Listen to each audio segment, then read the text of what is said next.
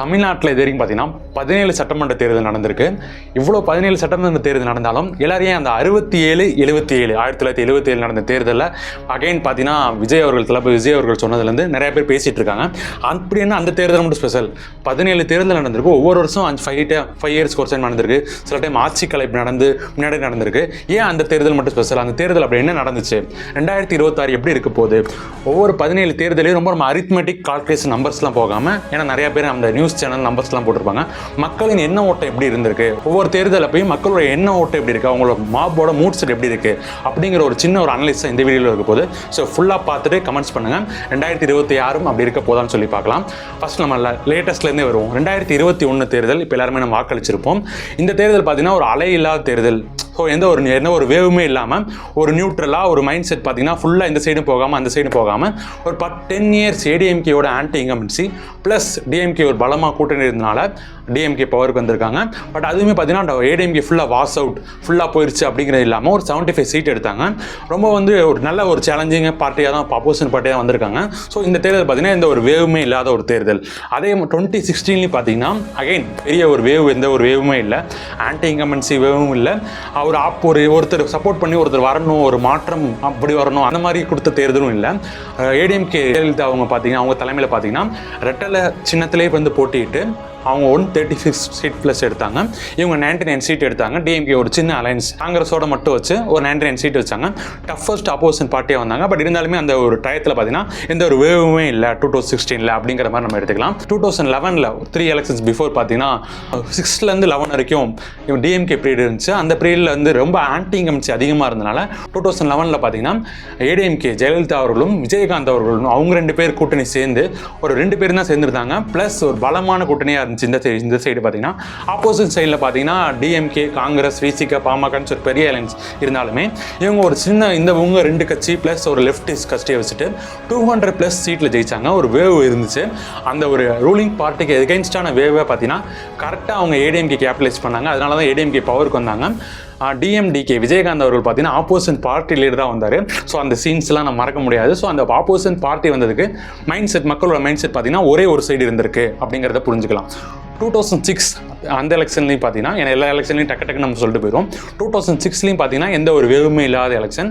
2001லேருந்து 6 வரைக்கும் ஜெயலலிதா பீரியடில் பார்த்தீங்கன்னா ஒரு சில அப்ஸ் அண்ட் டவுன்ஸ் இருந்திருக்கு. சட்டங்கள்லாம் கொண்டு திருப்பி எடுத்திருக்காங்க. அந்த அரசு ஊழியர்கள் பணி நீக்கமாக இருக்கட்டும், கோயிலில் ஆடு மாடு வெட்டலுக்கு தடையாக இருக்கட்டும், மதமாற்ற தடை சட்டம், இந்த மாதிரி சில விஷயங்கள் கொண்டு ஒரு பாதி ஆன்டி இன்கம்பன்சியாகவும் பாதி கூட்டணி பலத்தாலையும் 2006ல் டிஎம்கே அகைன் பவருக்கு வந்துட்டாங்க. பட் ஒரு சாலிடான தனிப்பட்ட மெஜாரிட்டி இல்லாமல் கூட்டணி காட்சியாக தான் வந்தாங்க. ஸோ அந்த எலெக்ஷன்லையும் பார்த்தீங்கன்னா பெருசாக வேவ் இல்லாமல் ஒரு இந்த பார்ட்டி ஜெயிக்கலாம்னு சொல்லி மக்கள் ஓட் பண்ண மாதிரி அந்த 2006ல் வச்சுருப்பாங்க. இவங்களுக்கு ஆப்போசிட் இவங்க தான் ஆல்டர்னேட்டிவாக டிஎம்கே ஏடிஎம்கே மாற்றி ஓட் பண்ணுற இது அந்த டயத்தில் தான் ரொம்ப ஸ்ட்ராங்காக திரும்பி வந்திருக்கு. 2001லையும் சேம் அகைன் அதே மாதிரி தான் எலெக்ஷன் வந்திருக்கு. 96 2001 டிஎம்கே கவர்மெண்ட்டுக்கு ஆப்போசிட்டாக 2001 ஏடிஎம்கே கொண்டு வரணும், ஒரு பவர்ஃபுல் அலைன்ஸில் வைக்கிறப்ப ஏடிஎம்கே மக்கள் சூஸ் பண்ணியிருக்காங்க. 96 எலெக்ஷனை பற்றி நிறையா முன்னாடி பேசியிருப்பாங்க. அந்த எலெக்ஷன் ஒரு முக்கியமான எலெக்ஷன். ஏன்னா 91லேருந்து 96 இந்த ஏடிஎம்கே எப்படி நம்ம 2006லேருந்து 11 டிஎம்கே ஒரு பீரியடுக்கு ஒரு ஆன்டி இன்கம்பன்சி இருந்துச்சு. அதே மாதிரி தான் பார்த்தீங்கன்னா 91 to 96 பார்த்தீங்கன்னா ஏடிஎம்கே கவர்மெண்ட்டுக்கு மிகப்பெரிய ஆன்டி இன்கம்பன்சி பீக்கில் இருந்துச்சு. ஒரு அதிருப்தியால் அதிகமாக இருந்துச்சு. அந்த சமயத்தில் பார்த்தீங்கன்னா டிஎம்கே ஒரு ஸ்ட்ராங்கான அலைன்ஸில் தமாக தமிழ் மாநில காங்கிரஸோட ப்ளஸ் இவர் ரஜினிகாந்த் ஒரு வாய்ஸோட அது அதிகமாக பேசப்பட்டுச்சு. அவங்களோட பார்த்தீங்கன்னா மிகப்பெரிய வெற்றி பெற்றாங்க. அந்த சமயத்தில் பார்த்தீங்கன்னா ஜெயலலிதா அவங்களே தோக்கடிச்சிட்டாங்க அப்படிங்கிற சொல்லுவாங்க. மக்கள் ஒரு அதிருப்தியில் இவங்க மேலே எனக்கு பிடிக்காது, அதனால் இவங்களுக்கு ஓட்டு போடுறேன், அந்த மாதிரி ஒரு டோனில் ஓட் பண்ணி இவங்க டிஎம்கே பவர் கொண்டு வந்திருப்பாங்க. அது 96 எலெக்ஷனில். 91 எலெக்ஷன்லையும் பார்த்தீங்கன்னா அதே ஒரு வேவ் தான் வந்திருக்கு. இந்த சைடு இந்த டைம் என்ன வேவ்னா, முன்னாள் பிரதமர் ராஜீவ்காந்தி கொலை நடந்ததுக்கப்புறம் அந்த ஒரு வேவ் பார்த்தீங்கன்னா ஆப்போசிஷன் பார்ட்டி ஏடிஎம்கேக்கு ஓட்டாக போய் ஏடிஎம்கே காங்கிரஸ் கூட்டணி பார்த்தீங்கன்னா ஃபுல் சீப்பில் ஜெயிச்சிட்டாங்க. டிஎம்கேல பார்த்தீங்கன்னா கலைஞர் மட்டும் தான் ஜெயிச்சாங்கன்னு சொல்லுவாங்க. ஏன்னா ஃபுல்லாக அங்கே சைடு ஆப்போசிட் போய்ட்டு ஜெயிச்சிட்டாங்க. ஏடிஎம்கே ஃபஸ்ட் டைம் ஜெயலலிதா அவங்க சிஎம் வந்துட்டாங்க. செகண்ட் பார்ட்டியாக காங்கிரஸ் வந்துட்டாங்க. இது 91 எலெக்ஷனில். 89 அதுக்கு 2 இயர்ஸ் பிஃபோர் தான். ஏன்னா 91 டயத்தில் பார்த்தீங்கன்னா 2 இயர்ஸில் பார்த்தீங்கன்னா டிஎம்கே கவர்மெண்ட் கலைச்சிட்டாங்க.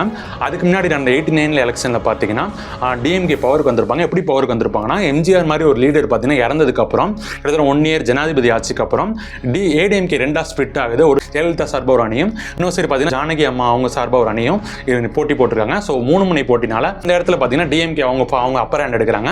கலைஞர் அவர்கள் பார்த்தீங்கன்னா திரும்பி 3rd டைம் பார்த்தீங்கன்னா அவங்க சிஎம் ஆகிறாங்க. இவங்க 2 பேர் ஸ்பிட் அப் ஆயிருக்கனால இவங்க அழகாக ஜெயிச்சு வராங்க. 84ல் பார்த்தீங்கன்னா சொல்லுவாங்க எல்லாரும் எம்ஜிஆர் படுத்துக்கிட்டே ஜெயிச்சாரு. அப்படி படுத்துக்கிட்டே ஜெயிச்சாருன்னு என்னன்னா, அவங்க உடம்பு சரியாமல் இருக்கும்போது இங்கே அவங்களுக்காக பிரச்சாரம் பண்ணி தமிழ்நாடு ஃபுல்லாக ஒரு பாட்டு போட விட்டு ஜெயலலிதா தலைமையாக இருக்கட்டும், அன்னைக்கு தேதியில் ஏடிஎம்கேயோட முக்கியமான கேடர்ஸ்லாம் போய் பிரச்சாரம் பண்ணி எம்ஜிஆர் ஒரு பிரச்சாரத்துக்கே போகாமல் ஜெயிச்சாங்கன்னு சொல்லுவாங்க. அதான் அந்த 84ல் எலெக்ஷன். மக்கள் வந்து ஒரு எம்ஜிஆர் வந்து ரொம்ப பெருசாக அவங்க எப்படியா திருப்பி வந்துடணும் அப்படிங்கிற மாதிரி நினச்சி அந்த டயத்தில் ஓட் பண்ணதான் அந்த 84 எலெக்ஷன். 1980ல் பார்த்தீங்கன்னா எம்ஜிஆர் தான் திரும்பி ஜெயிச்சாங்க. அப்போ முக்கியமான ரீசன் பார்த்தீங்கன்னா ஏடிஎம்கே ஆட்சியை வந்து சென்ட்ரல் கவர்மெண்ட் கலைச்சனால அதை போய் மக்கள்கிட்ட வந்து நான் என்ன தப்பு செஞ்சேன் ஆட்சியை கலைச்சிட்டாங்க அப்படிங்கிற மாதிரி சொல்லி கேட்டனால அந்த வேவில் பார்த்தீங்கன்னா எம்ஜிஆர் அவர்கள் ஜெயிச்சிட்டாங்க. இதுதான் 1980ல் நடந்தது.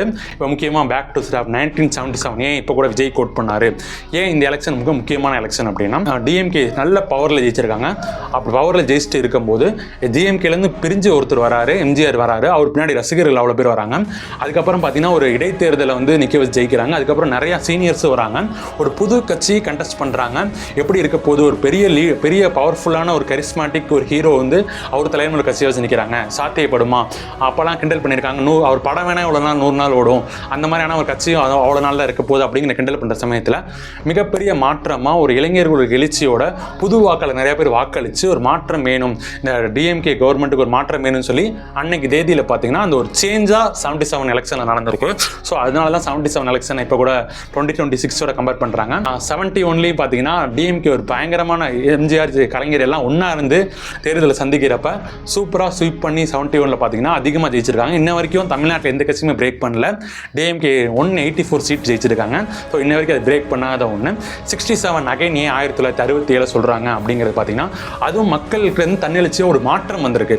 ஒவ்வொரு எலெக்ஷன்லேயும் வேவ் நடக்கும், ஒரு ஆன்டி இன்கம்பன்சி நடக்கும், இவங்களுக்கு வேணாம் அவங்களுக்கு வேணாம் அப்படிங்கிற ஓட்டு போட்டுறது இந்த பழக்கத்தில் ஒரு சில இந்த 2 தேர்தலையும் மட்டும் பார்த்தீங்கன்னா 67 77 பார்த்தீங்கன்னா மக்கள் ஒரு மாற்றம் வேணும்னு சொல்லி வாக்களிச்சிருக்காங்க.